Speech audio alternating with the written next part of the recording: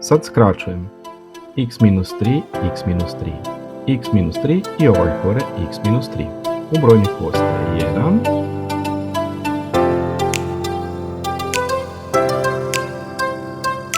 U ovom videu rješavam zadatke koji se čine da su teški, međutim pojednostavnit ćemo ih koliko god to može.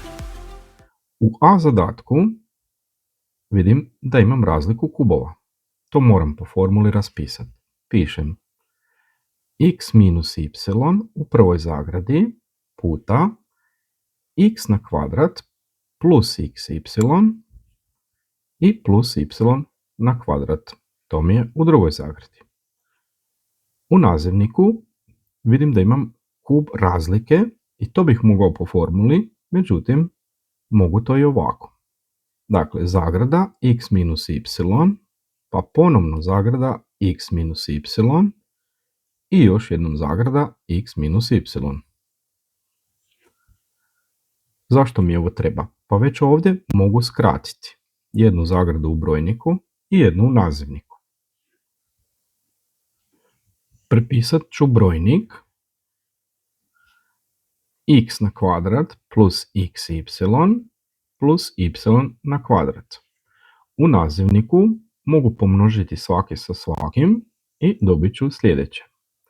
X na kvadrat, zatim minus xy, pa ponovno minus yx, odnosno xy, i zadnji je plus y na kvadrat. Konačno rješenje bit će x na kvadrat plus xy plus y na kvadrat. U brojniku, a u nazivniku x na kvadrat minus 2xy, to su mi ova dvojica, i plus y na kvadrat. Ovo je kraj zadatka jer ne smijem ništa skraćivati zbog pluseva i minusa.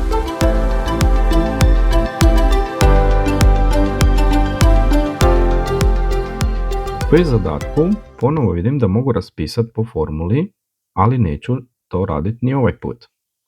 Jednostavno prepišem x minus 3 i ponovo x minus 3. To mi je ovaj kvadrat. U nazivniku imam takve 3 zagrade i još ću napraviti sljedeće. Dakle, minus x stavit ću naprijed. Ovu pozitivnu trojku iza. Dakle, jednostavno zamijenio sam mjesta. Zatim ponovo takva zagrada. Minus x plus 3 i još jedanput minus x plus 3. Brojnik prepišem x minus 3, x minus 3, a u nazivniku sad mi je naprijed x, isto kao i u brojniku. Dakle, tražim da mi zagrade u nazivniku i brojniku postanu iste, da ih mogu skraćivati. Evo što mogu napraviti s ovim. Izlučit ću minus 1 ispred zagrade. Minus 1 puta zagrada. Ovaj x postaje pozitivan, a ova trojka negativna. Zatim isto to napravit ću s drugim. Minus 1 izlučim van, ostaje mi x minus 3. I tako s trećim puta minus 1 ispred zagrade, ostaje mi x minus 3.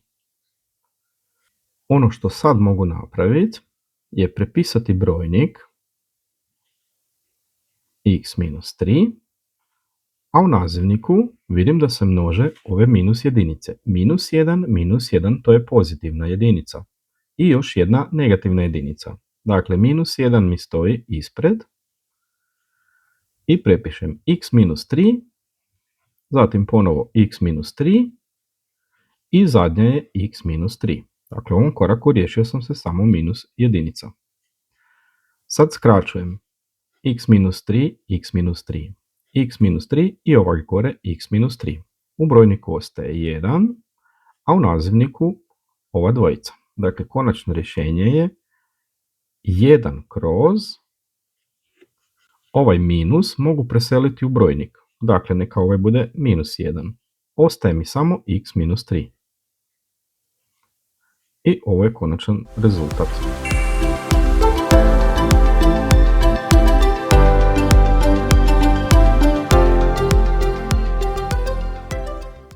I zadnji zadatak koji se čini da je težak, a u stvari je vrlo jednostavan.